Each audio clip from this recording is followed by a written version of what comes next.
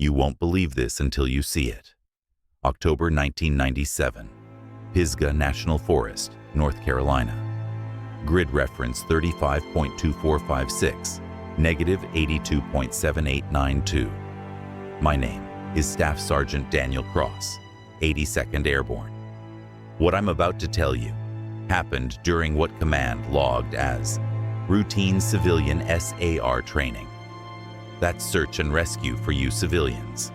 It wasn't routine. I'd been tasked with a solo reconnaissance mission on Turtle Ridge. Locals called it cursed. We called it perfect training ground.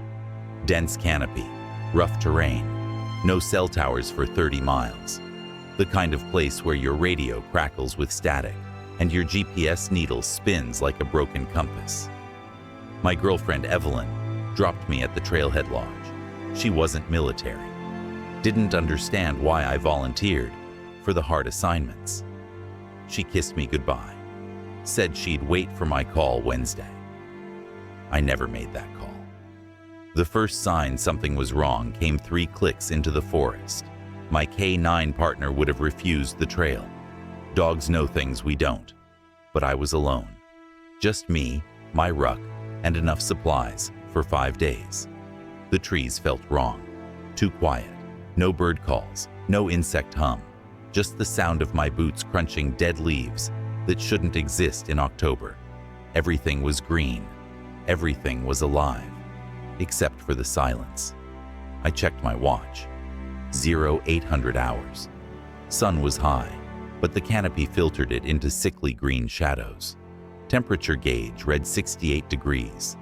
Should have been perfect hiking weather. Instead, it felt like walking into a grave.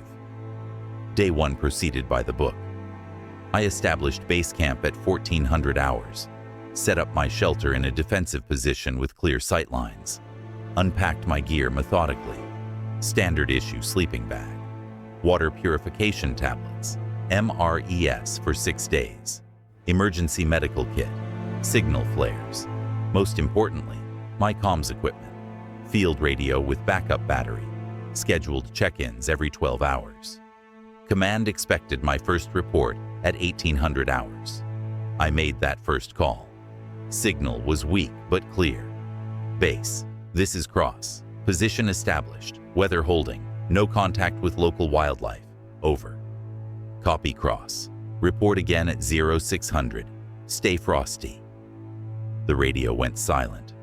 Then something else went silent too. The wind. It just stopped. Leaves hung motionless. Even my breathing seemed too loud. I pulled out my binoculars and glassed the ridgeline. Nothing moved, but something felt like it was watching. Combat instincts don't lie. 15 years in the Army teaches you to trust that crawling sensation between your shoulder blades. I spent the evening cleaning my rifle. Standard maintenance, but my hands were steady, and I worked by muscle memory, while my eyes stayed on the tree line. The first strange thing happened at 2200 hours. 3 knocks, slow, deliberate, coming from a tree about 50 meters out. Woodpeckers don't hunt at night. I switched on my night vision scope and swept the area. Nothing. Just trees and shadows, and that feeling of being observed by something with infinite patience. I logged it in my field notes. Unidentified noise, possible wildlife activity. Even then, I knew it wasn't wildlife. Day 2 started wrong.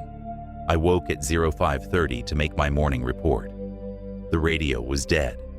Not low battery. Dead. Like something had drained it overnight. My backup battery showed 0 charge too. Impossible. I'd installed fresh cells yesterday. No comms meant no extraction. No backup. Protocol said abort the mission and return to base immediately. But my orders were to conduct a 5-day reconnaissance.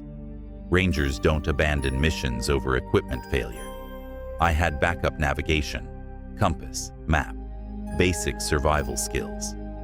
I decided to continue. The forest looked different in daylight.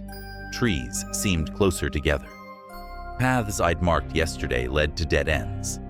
My compass needle drifted slowly clockwise, like something was pulling magnetic north away from true north. I found tracks around my campsite. Not animal tracks, something else. Parallel grooves carved into the soft earth. 3 lines, each about 6 inches apart. Too wide for claws, too precise for natural erosion. The tracks circled my tent exactly 3 times. I followed them into the forest. They led to a tree with fresh marks gouged into the bark. Horizontal slashes, 6 feet off the ground. Whatever made them was tall and angry. The gouges were still weeping sap. Fresh. Made sometime after midnight while I slept. I photographed everything with my field camera. Documented the GPS coordinates. Collected samples of the sap. Standard evidence gathering procedure. But my hands were shaking when I worked. Not from cold, from something else. Something that told me I wasn't alone on this mountain. And whatever was with me had been studying me all night. Next thing I knew, I was standing waist deep in a creek I'd never seen before, and my watch said 1100. 4 hours. Gone. My boots were caked with mud. My pants were soaked. There were leaves in my hair and scratches on my hands I didn't remember. Getting my pack was lighter. I inventoried everything twice. Half my food was missing, medical supplies, 2 magazines of ammunition, but my valuable gear was untouched. Radio, camera, cash, even my wristwatch. Whatever had taken my supplies knew the difference between military equipment and survival rations. That required intelligence, planning, strategy. I found my missing gear 3 kilometers uphill, arranged in neat piles beside a rock outcropping. The medical kit was opened, contents sorted by function. Bandages in one pile, antiseptic in another, pain medication in a third. Someone had been cataloging my supplies like a quartermaster, preparing for extended operations. The food cans were opened with surgical precision, not torn open with claws or teeth, cut along the seam with something sharp and precise. The contents were gone, but the cans were stacked in perfect towers of 3. I called out, "Hello? Anyone there?" My voice echoed back wrong, distorted, like the mountain was mocking me with my own words. Then I heard breathing that wasn't mine, slow, deliberate, coming from the rocks above me. I drew my sidearm and took cover behind a tree. Waited, watched. 5 minutes, 10, 20, nothing. But the breathing continued. Day 4 brought visitors. I was breaking down my temporary camp when I heard helicopters. 2 UH-60 Black Hawks circling the valley. Search and rescue birds with full crews. Someone had missed my check-ins. I popped green smoke and signaled my position. The lead bird landed in a clearing 50 meters away. 3 men jumped out. Not regular SAR. The team leader was a captain I didn't recognize. Name tape said Collier, Combat Infantry Badge, Ranger Tab. This wasn't a rescue mission.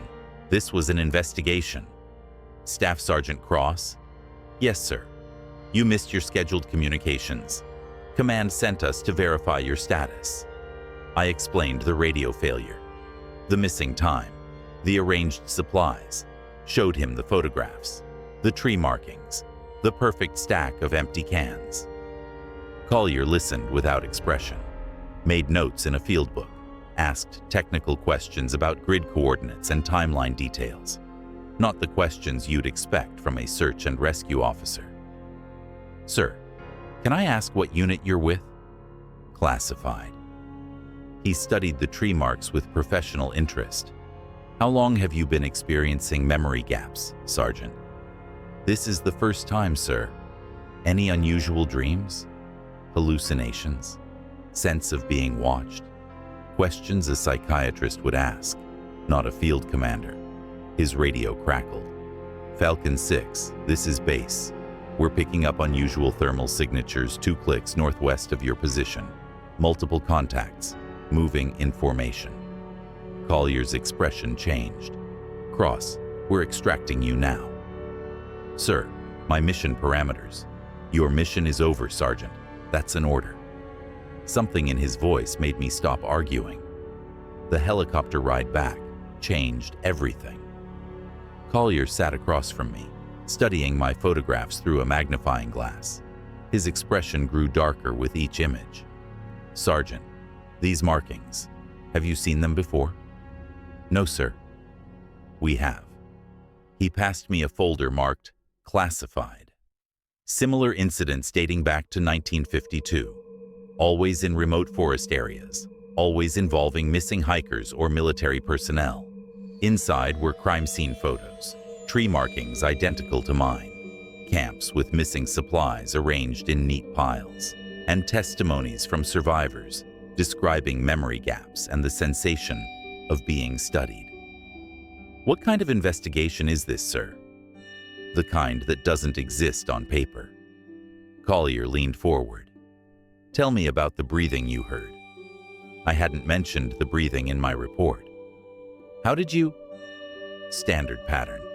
They all hear breathing. Always slow, always patient.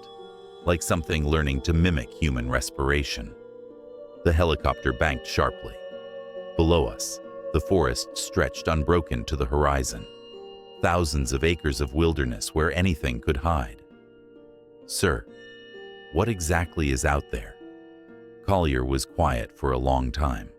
Finally, something that's been studying us longer than we've been studying it. Something that collects human supplies and behaviors like a scientist collecting specimens. He closed the folder. Your girlfriend Evelyn reported you missing yesterday. She's been calling every ranger station in 3 states. How did you know about Evelyn? Because this thing doesn't just study soldiers, Cross. It studies everyone connected to them. They don't want you to know this. Back at base, Collier led me to a briefing room I'd never seen before. Basement level, no windows. Guards at the door with weapons I didn't recognize. Inside were files, hundreds of them. Photos, maps, reports dating back 50 years, all stamped with classifications above my clearance level. Project Appalachian Echo, Collier said. What I'm about to show you violates about 12 federal secrecy acts. The photos made my stomach drop. Crime scenes, missing persons cases, but also laboratory reports, DNA analysis, blood samples that came back as unknown mammalian hybrid with plant proteins. 1947. First documented contact near Mount Mitchell.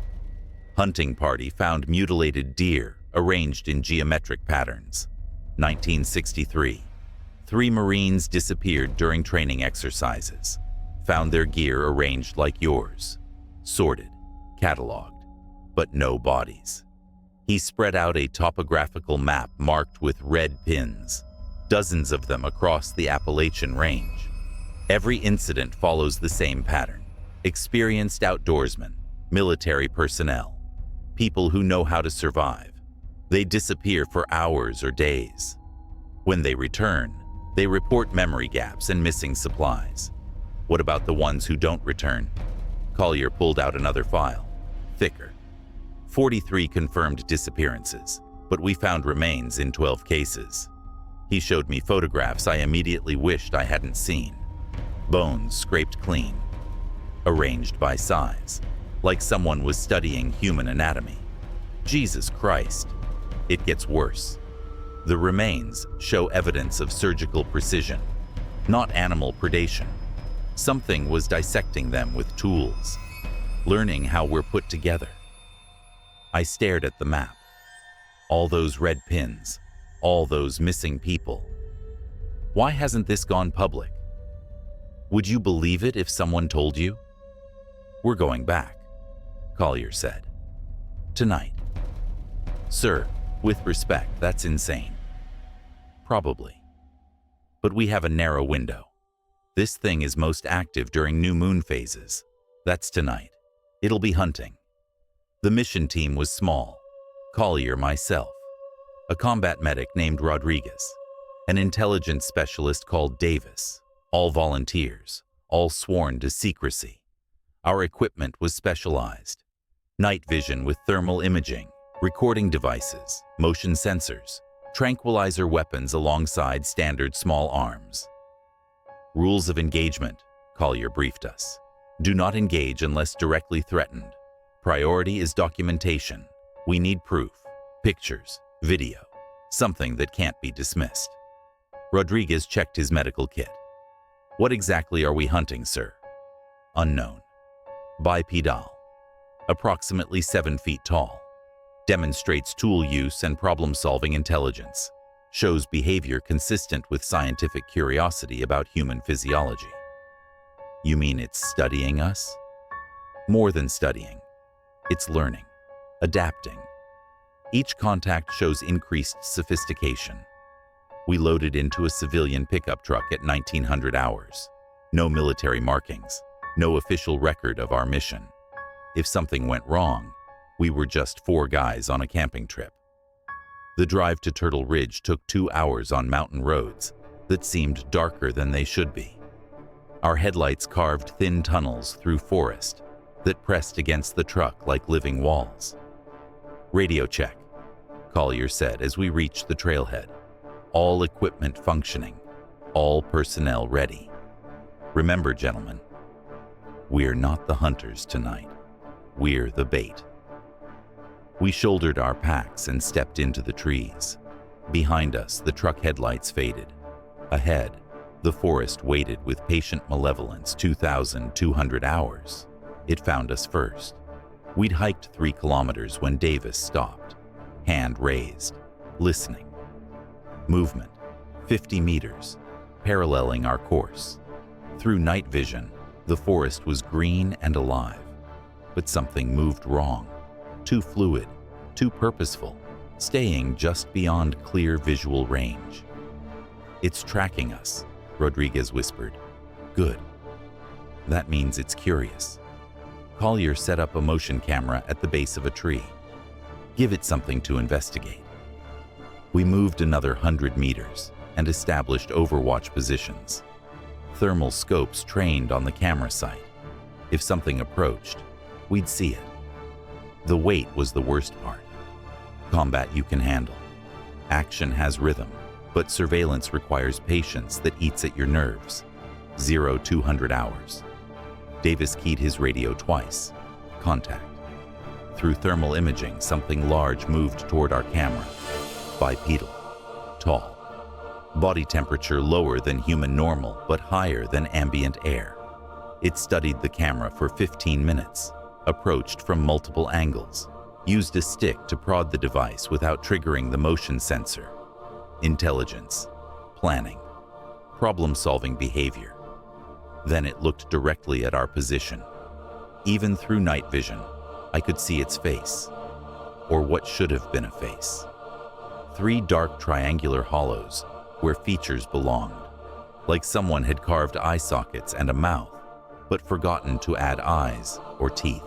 It raised 1 long arm, 3 fingers, each ending in a curved claw that caught starlight. And it waved at us, like it was saying hello. This is insane, but it's 100% real. The creature led us deeper into the ridge, not chasing, guiding. It stayed visible just long enough to ensure we followed, then melted into shadows until we thought we'd lost it. It wants us to find something, Collier said. We followed game trails that weren't made by game, too straight, too purposeful, leading to a ravine that shouldn't exist on any topographical map. The smell hit us first, sweet rot, like flowers growing in a graveyard. Rodriguez gagged behind his face mask. Chemical detection? Collier asked. Davis checked his instruments. Unknown organic compounds, high concentration, not immediately toxic, but I wouldn't recommend extended exposure. The cave entrance was hidden behind fallen timber that looked natural, but wasn't. Too perfectly arranged. Someone had camouflaged this place with engineering precision. Inside, our lights revealed horror. Bones. Thousands of them, arranged by size and species. Deer femurs in one pile. rib cages stacked like cordwood, and in the deepest section, human remains sorted with scientific methodology. Jesus, Rodriguez whispered. But worse than the bones was the evidence of study. Knife marks showed where tissue had been carefully removed. Drill holes in skulls suggested brain extraction. Tool marks indicated systematic dissection. It's learning anatomy, Davis said. Comparative biology. Deeper in the cave, we found laboratory equipment. Not modern, but sophisticated. Glass containers, metal instruments, chemical apparatus that looked handmade, but functional. How long has this been going on? I asked. Collier photographed everything. Decades, maybe longer. On stone shelves were jars filled with preserved tissue samples, organs floating in unknown solutions, and notebooks, hundreds of them, filled with detailed drawings of human and animal anatomy. The handwriting wasn't human. We found my missing supplies in the deepest chamber. MRES opened and contents analyzed. Food samples preserved in glass containers. Medication cataloged and sorted by chemical composition. Even my empty water bottles, cleaned and arranged by size. It's building a database, Davis said, learning what humans need to survive. But the most disturbing discovery was a collection of personal items. Wallets, watches, jewelry, driver's licenses dating back 30 years, all from missing persons cases that had never been solved. Rodriguez found a military dog tag. Staff Sergeant Michael Torres, 101 Airborne, reported missing 1994. I knew Torres, Collier said quietly. Good soldier. Experienced outdoorsman. In the center of the collection was something that made my blood freeze. My girlfriend Evelyn's photograph, the one I carried in my wallet, except my wallet was still in my pocket. How did it get this? I demanded. Collier studied the photo.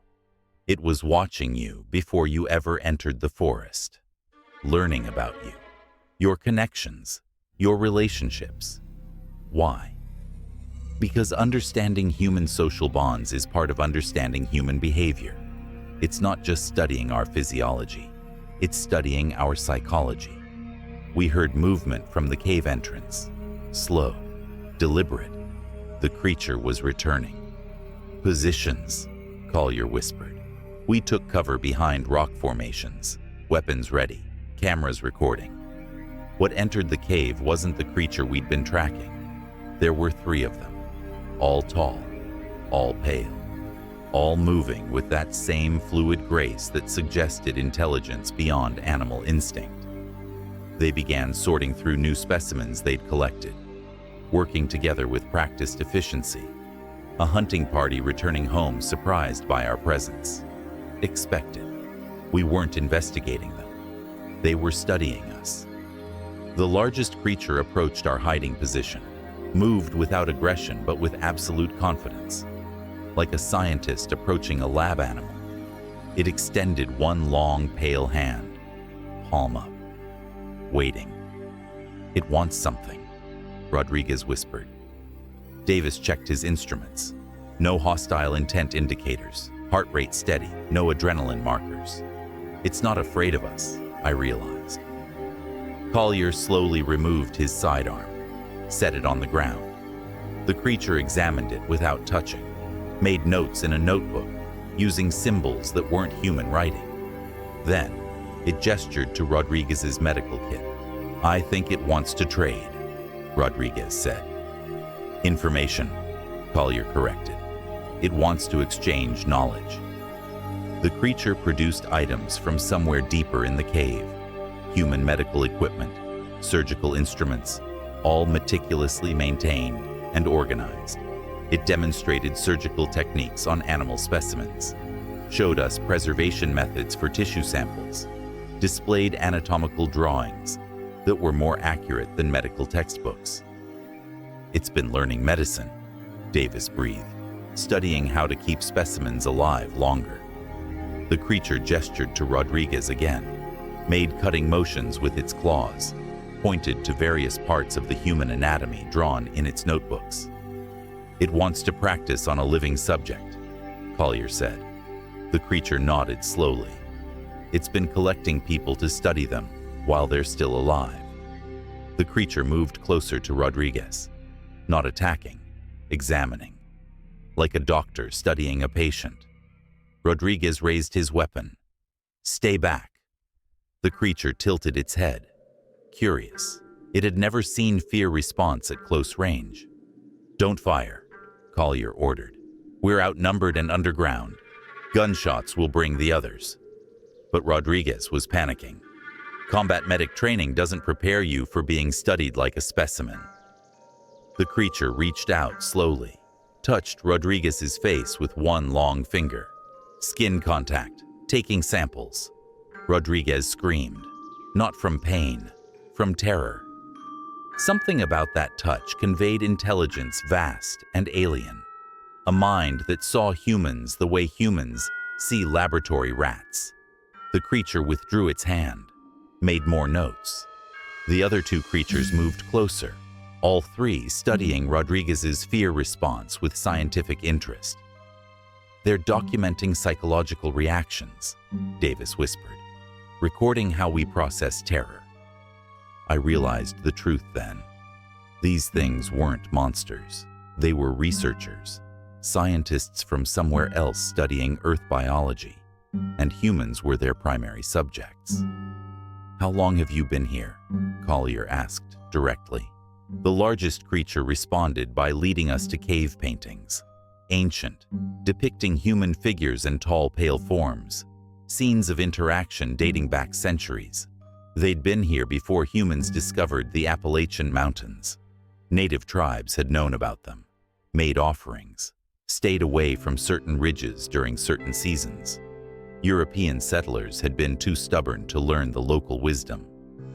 "You've been taking people for research," Collier said. The creature nodded.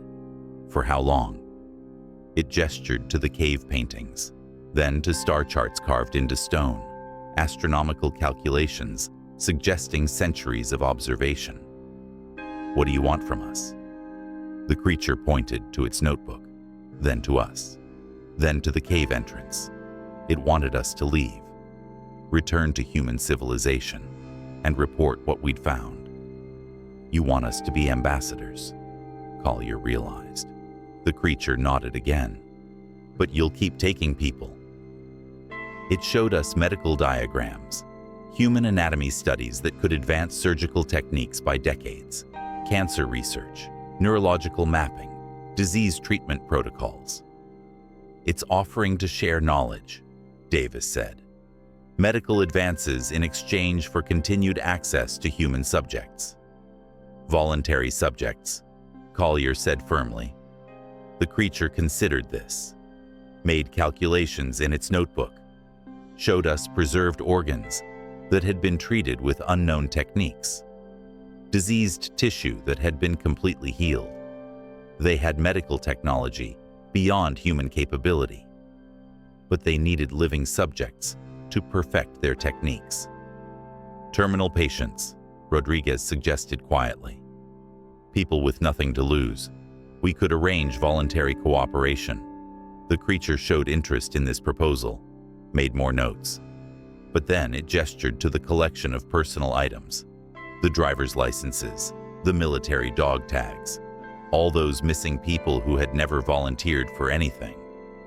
"What about the ones you've already taken?" The creature led us deeper into the cave, to chambers we hadn't seen, where people were kept alive in some kind of preservation state, unconscious but breathing, sustained by technology that looked organic rather than mechanical. "They're still alive," I said. 43 missing persons, decades of disappearances, all preserved in some kind of suspended animation, while the creatures studied human physiology. "Can you wake them up?" The creature gestured to complex medical equipment, made it clear that revival was possible, but dangerous. Many subjects wouldn't survive the process. "We need time to decide," Collier said. The creature pointed to the cave entrance. We were free to leave, but we couldn't leave without making a choice about those sleeping people. Dawn was breaking when we reached the surface. The creature followed us to the cave entrance, waiting for our decision. "We can't just leave those people," Rodriguez said. "And we can't risk starting a war with something that's been studying us for centuries," Collier replied. Davis was documenting everything: photos, video, evidence that would change human understanding of our place in the universe. What if we expose this? Go public? Who would believe us? And what happens when the military decides these things are a threat?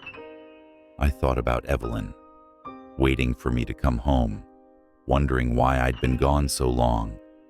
Then I thought about the sleeping people in that cave. Decades of missing hikers and soldiers being kept alive for research. "There's a third option," I said. The creature watched me with those hollow sockets. "We go back. We volunteer, learn from them, bridge the gap between our species." "That's suicide," Rodriguez said. "Maybe. Or maybe it's evolution." Collier studied me. "You're serious. Someone has to make contact. Real contact. These things have technology that could save millions of lives, but they need to understand we're not just specimens." The creature had been listening. It approached me, extended its hand again. This time, I took it. The touch was cold, alien, but not hostile. "I'll go back with you," I said, "but the others go free. All of them." The creature nodded slowly. Then it smiled, not with a mouth, but somehow I knew it was smiling. That's when I realized the most terrifying truth of all. It had been waiting for someone to volunteer all along.